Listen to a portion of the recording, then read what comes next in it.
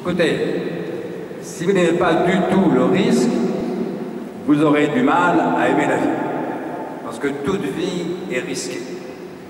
Plus quel humoriste disait, la vie est une maladie incurable, sexuellement transmissible et mortelle.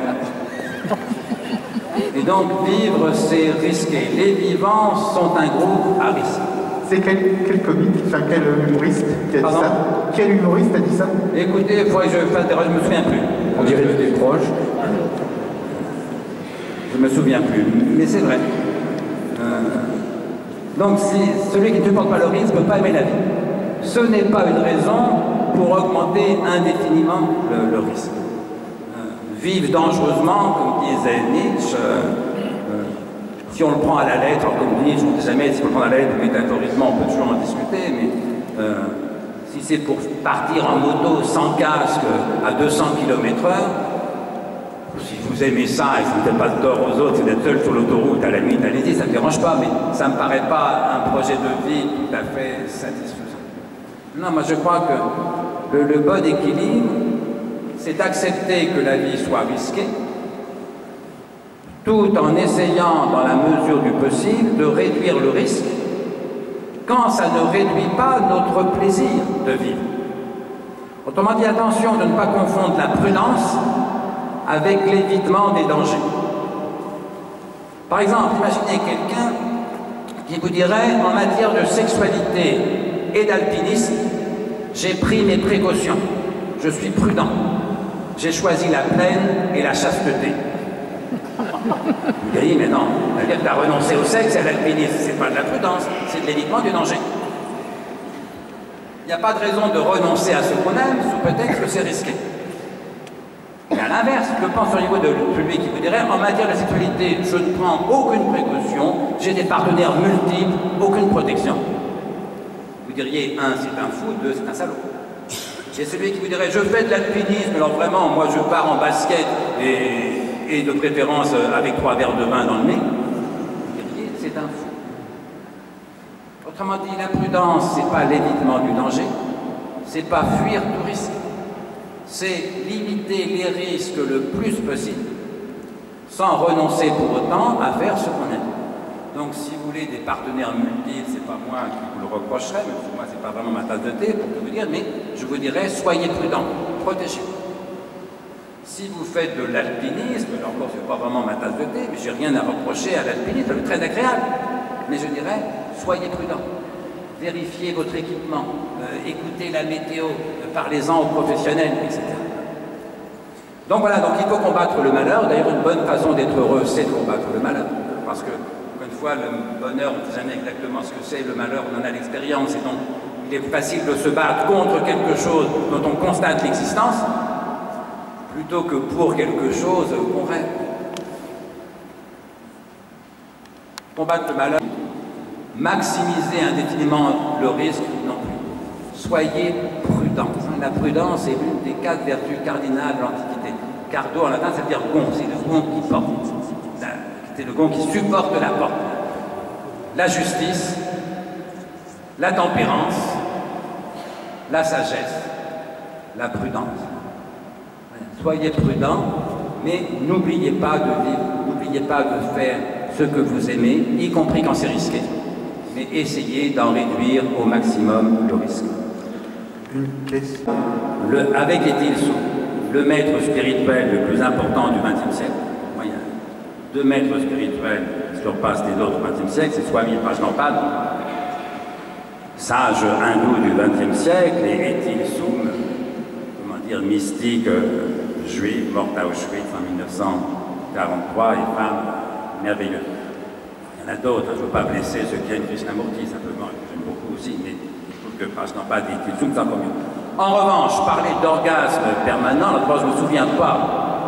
En principe, j'ai lu, peut-être pas tous les témoignages, parce que Prajnapada, comme tous les vrais sages, n'a écrit aucun livre. Autrement dit, on ne connaît sa pensée que par les témoignages de ses disciples, et en effet, quelques conférences enregistrées et transcrites. Moi, je ne me souvenais pas de cette phrase-là, mais je suis convaincu qu'elle est fausse. Parce que j'ai vu des images de Swami Prajnapada, cet homme n'est pas en plein orgasme au moment où il fait sa conférence.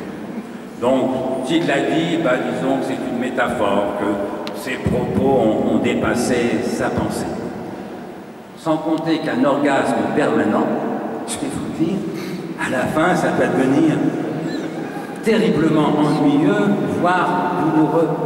Moi, je me méfie un peu de ces exaltations éthiques, de cette schwarmeraille éthique, comme dirait Kant. La schwarmeraille, c'est l'exagération, l'exaltation.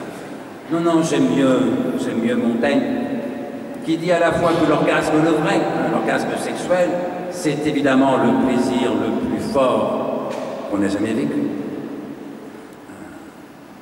Mais que ça ne suffit pas à remplir le vide. Et qu'inversement, l'amour de la vie, cette sagesse de Segorang, cette sagesse à la Montaigne, le plaisir de vivre, le plaisir d'aimer ce qu'on aime, de faire ce qu'on a envie de faire, fort heureusement, ça dure beaucoup plus longtemps que l'orgasme. Nous sommes 4 commissaires, avec les conseils d'André.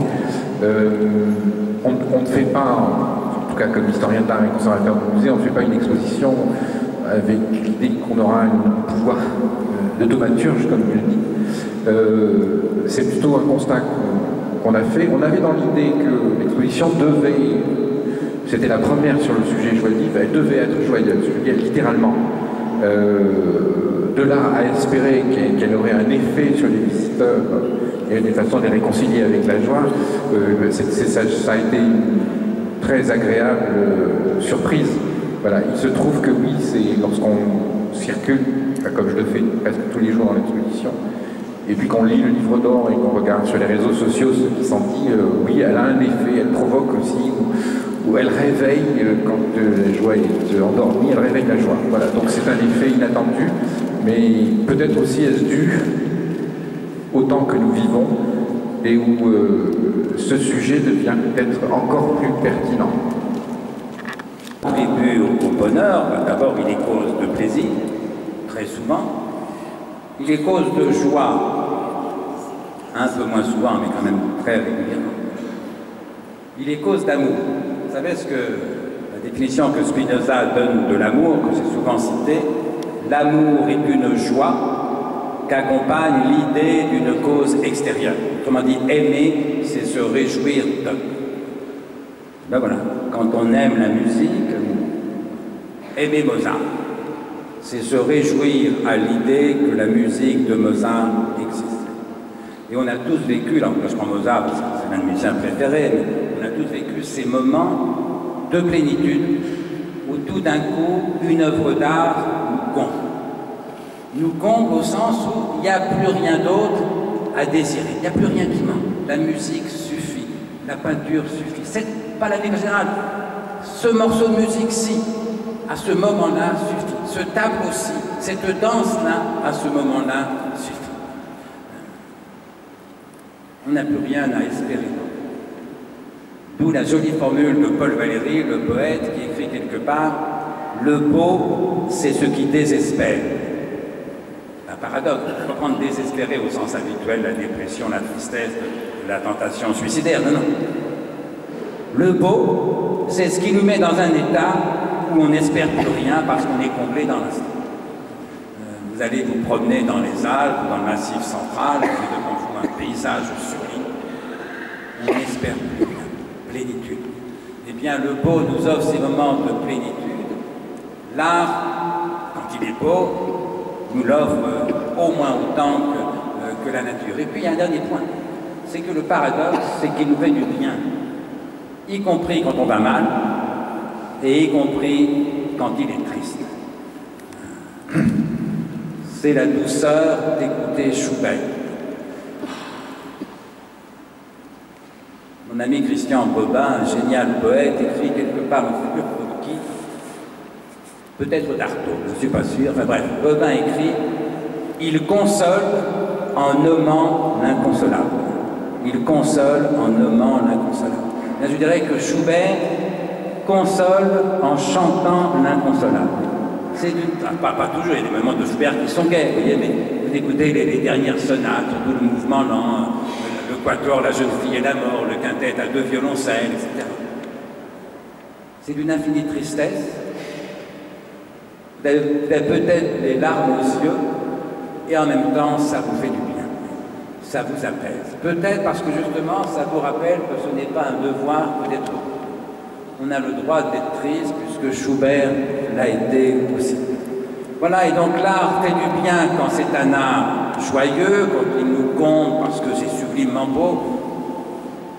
Il n'y a rien à espérer, mais déjà, même ça, il y a un peu de mélancolie. Hein. Vous savez, le concerto pour clarinette de Mozart, c'est pas une musique triste, mais on est quelques-uns à l'avoir écouté parfois les larmes aux yeux. Parce que c'est tellement beau qu'on ne se sent pas à la hauteur. Parce qu'à côté, notre vie nous paraît comme elle est, un peu misérable, un peu dérisoire, un peu ratée, gâchée, manquée, à côté de la perfection du concerto pour clarinette. D'autres fois, au contraire, la musique nous fait oublier la part d'échec ou de souffrance de notre vie. C'est les moments, je crois, où Mozart emporte tout le monde, je crois, le grand air de la Reine de la Nuit, si vous voulez, dans la flûte enchantée, par exemple.